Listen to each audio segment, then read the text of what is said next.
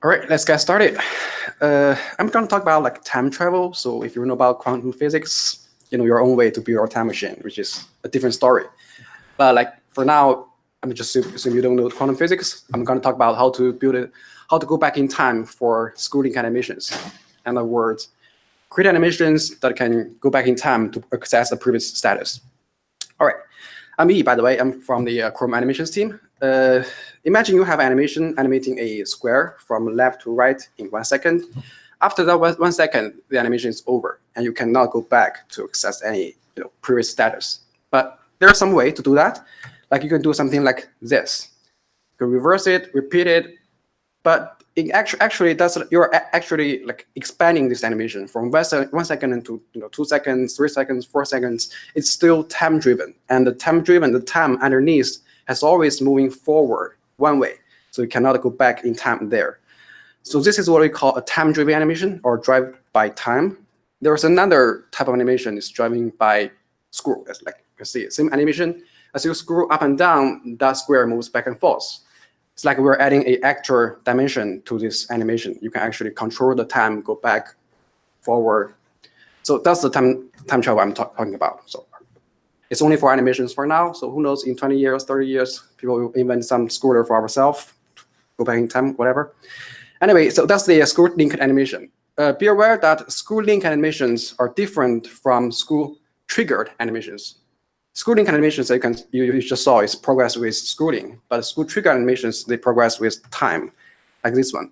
When the scroll offset is over some threshold, animation is triggered, and then after that, your further school doesn't make any difference because the animation has already been started, has already been triggered. It's only the start or end is related to school, but not the animation itself. We are going to focus on the first one because I'm going to talk about the reasons later. So schooling animations, they're very popular. There are lots of common effects can be created using schooling animations. For example, this is a real New York Times storytelling page.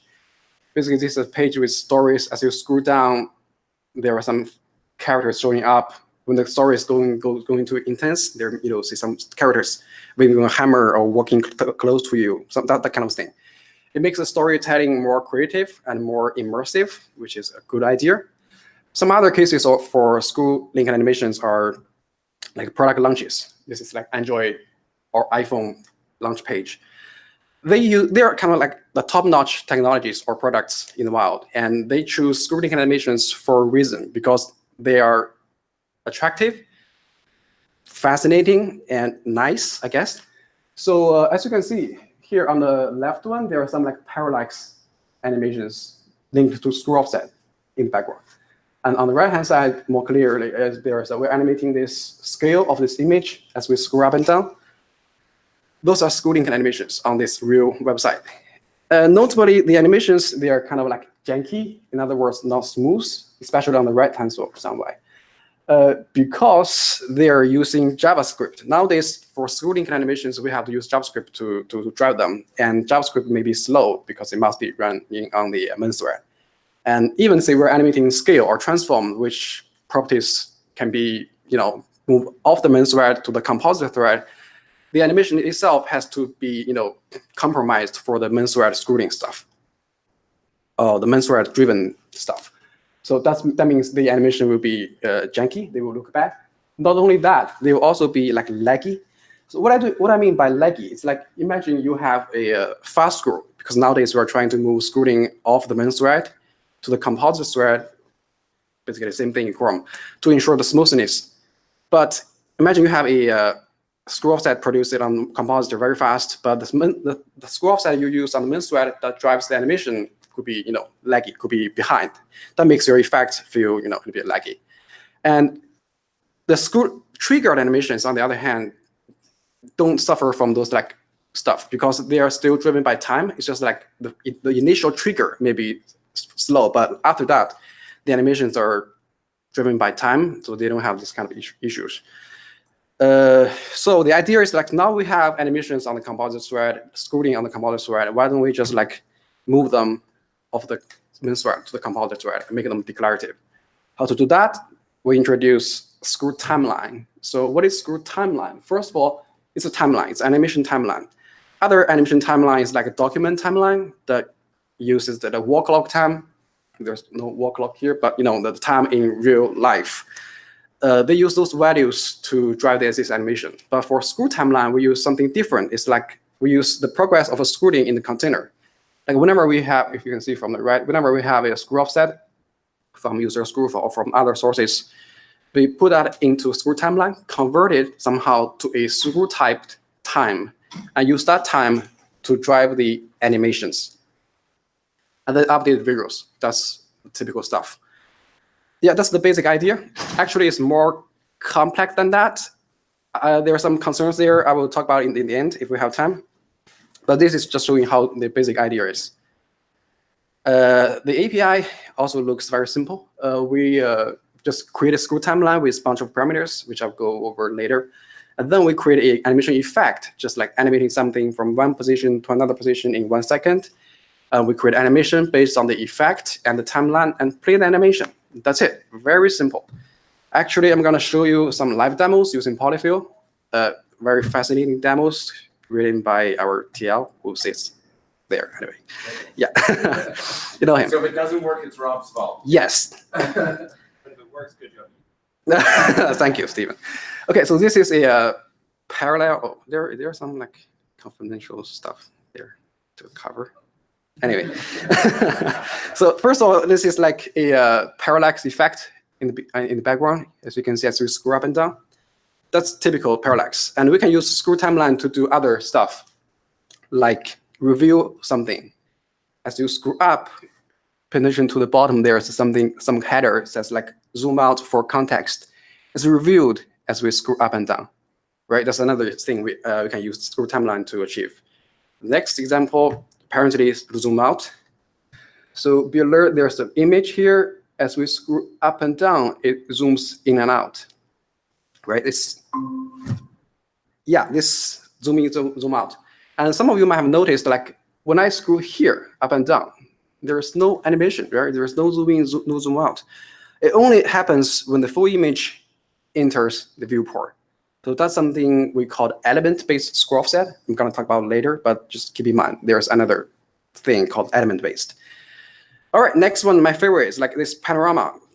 As you scroll down the page, you can see, okay, the image at the bottom, there's a panorama effect going on there. And I think it's very popular on the website nowadays. Last but not least, imagine you want to show something have changed in the past 20 years, 30 years. You can have this like swipe effect. So as you scroll down, like as time goes by, something happened in the last 20, 30 years, whatever. Awesome demo. And also, as you may notice, all those demos, they're very simple to write, like 10 lines of code, 20-ish. So very simple to use, very powerful. So feel free to try them out, and any feedbacks are welcome. Okay, that's the demo part. That's kind of the first part of my presentation. Just show you how the basic idea about like screw timeline is, what does the API look like, how to use Polyfill, something like that. Then we're going to jump into the some details. Hopefully it's not boring. We're going to talk about the API, those parameters first, and then talk about something like invalidation, the main thread, how to run it on the composite thread. All right, first thing. Those parameters, what do they mean? Like imagine we have this like a scalar 100 pixel height, something like that. And the screw source apparently is a scalar. And we have the start screw offset and end screw offset represents the screw range, kind of, from 0 to 100 pixel. You can use different values like 10 pixel, 90 pixel, or you can use percentage, 10%, 50%. And the time range, in this case, it's just like the duration of the animation, it's 1 second.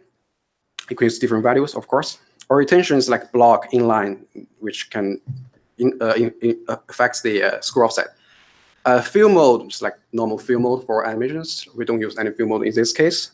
So with that, we can calculate or we can map the screw offset to our screw type time. We call it current timing screw timeline. It's a very simple formula, just like take this current screw offset. Now this screw bar is here, so like 50%-ish. So 50% of 1,000 is like 500. In the timeline, it's 500, so the square should be somewhere here. And as you screw up and down, the square will move back and forth. Simple idea, very pleasant.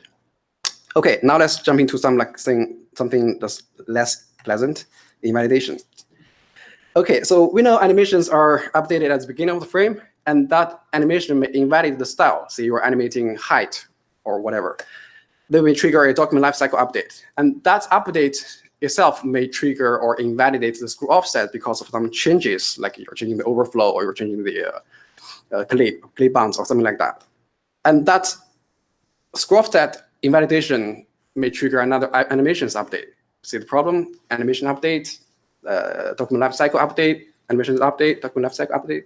It's a loop, right? So, and potentially it's an infinite loop. And as engineers, we hate infinite loops. So how do we fix that? So this is the typical pipeline in the frame. And we first, like I said, we first gather screw offsets from the different sources, feed into screw timeline, use it to update the animations. The animation itself may create some document lifecycle change, which in turn invalidate the screw offset. And if we use screw offset going back here, going back this path to update the screw timeline again, that's where the loop is from.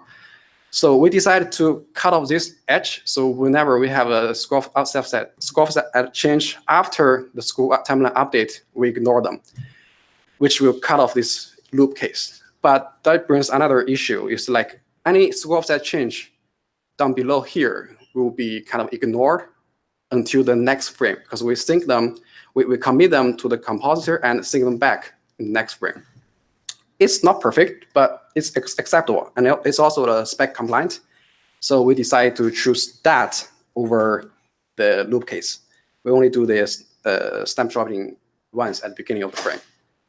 All right, that's something on the main thread. On the compositor thread, when we design something, we have to have two principles. The first one is we never compromise the scrolling performance. So if the animation cannot run on this compositor, but the scrolling is fast, we just keep the scrolling fast. Even it means the animation may be behind, but we never want to compromise the performance of scrolling. Another principle is like the scrolling animations, they have to stay in sync as much as possible. See, we have animation and scrolling both on compositor, good, they're in sync. But if one of them is on the main thread, well, there's nothing we can do there, but we will keep one of them in the compositor. So we'll try to keep them in sync as much as possible. With that in mind, we have, speaking of the implementation, we just similar to web animations, we just clone and send the timeline to this thread, to the info thread, to the compositor. We adjust screw offsets there if there are some pixel snapping or in other cases, and we use those screw offsets to take our screw link animations. It's just one thing. We need to make sure the order is correct because it's screw link animations, right? So you have to make sure your screw offset is up to date. So we take other animations like smooth scrolling, fling, other stuff, which can cause the screw offset change. We take those animations first, and then we take the screw link animations. All right, so we actually have implemented screw timeline and integrated it with animation worklet. Animation worklet it's a Houdini API. It's a different topic, but something like web animations. And we send it to, we run a origin trial, send it to our partners, and our partner gave us lots of feedback, which are very good.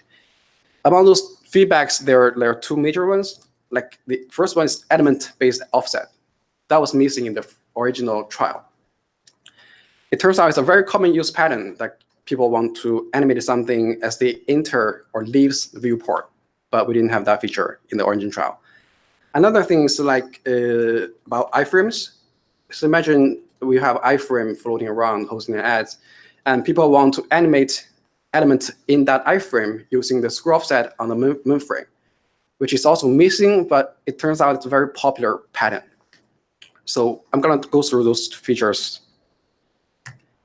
Atom-based offset. As you can see here, this element, it enters or leaves the viewport, and we start animation based on that.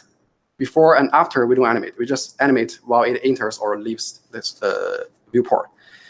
The idea is simple. We just allow the start and end offset to be declared in terms of intersection of this element on the to the scroller on the page. It's very similar to intersection observer. Actually, we borrow some ideas from borrow some semantics from it with some major differences. The first one is like intersection observer. When they calculate the intersections, they use the 2D plane, which makes sense. 2D intersection, right? For school timeline, we only use one-dimensional because for school timeline, the school only happens in one dimension, right? So one-dimensional intersection should be enough. The other thing is about the edge. Intersection observer doesn't care about whether the element is entering or leaving the viewport. It only cares about whether it intersects with the viewport. For school timeline, we think entering and leaving, they mean different stuff, and we want the animations behave differently in those cases. So we have to differentiate those edge cases, edge cases. And there are some more details. You can check it out if you're interested. That's for this feature. The other one is like about the iframe. Basically, that feature requires us to send the screw offset of the main viewport to the cross origin iframe.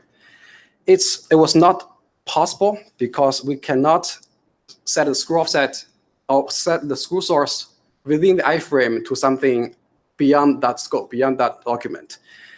Maybe we can borrow some similar ideas from intersection observer because it works. The intersection observer works for iframe. To do that, we just set the screw source to null, and later when we trying to animate it, we'll say, okay, this is now screw source. So we just go up to the top level browser's content document and use the scrolling elements there, which definitely works. But there are some problems. For example, like they will be out of sync, like fast scroll and slow animation, just like before. And also in Chrome, those cross-origin iframes are from the different processes. So there are some like IPC involved, so they will be slow. Another stuff is like the security concern. What kind of concerns we have? So this is the previous image. We animate this element as it enters or leaves the viewport, which is fine. It exposes as much information as the intersection observer, which there's no major concerns there.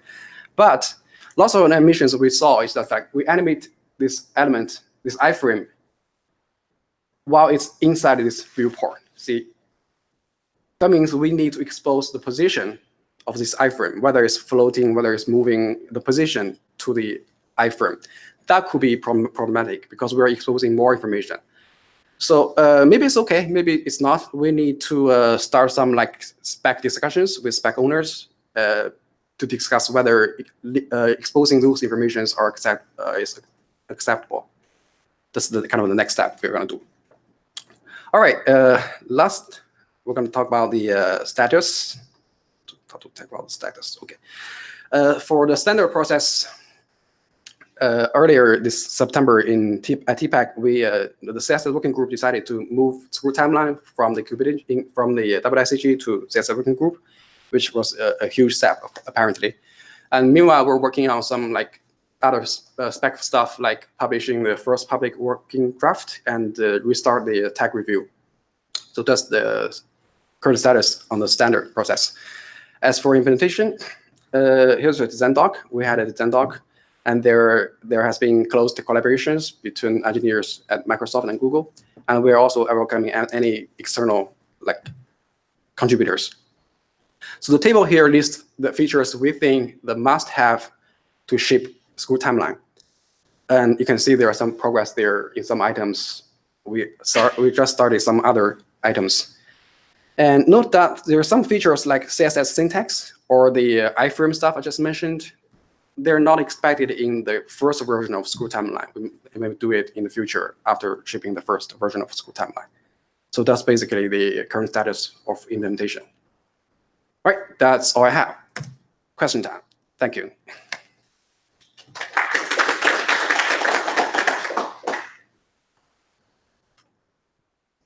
I just thought I'd add something. I think you could actually observe the scroll position by creating like 100 or 1,000 intersection observers with different We're talking about that. Yeah, like you can just create a bunch of like smaller with different. So it might not be any additional information leak. Yeah, there's a way you can, yeah. But we'll still need to start that conversation, right? Yeah. Yeah, there was a question behind. What's the progress with having this supported in the compositor thread? Is it at the same as main thread? We have integrated that with animation worklet. and we have implemented that part. So we need to do some refactoring, how to apply those changes for web animations, because now it only works for animation worklet.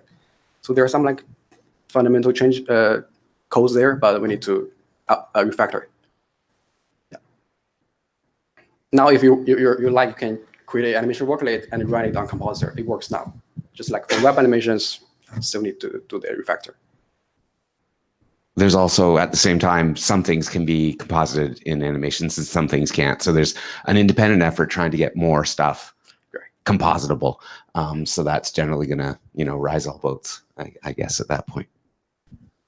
So you mentioned the iframe problem is not necessarily in scope for V1. So what was the plan there? I might have missed what. I mean, if like we need to start the discussion about whether it's okay or not, and then currently we don't have a plan to ship it in the first order school timeline. If we, that should be in the So iframes just won't be able to see it at all. In the first version, Great. but like maybe in the future. Cool.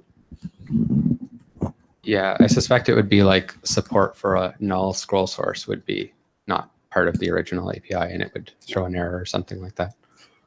Just make it non-null.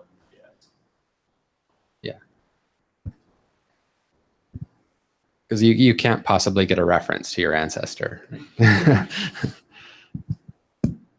Any questions on the time travel? No? No, that part's easy. Okay. Let's go back. Just pretend that never happened. One of the other neat things, we're also working on custom property-driven paint worklet animations on the compositor.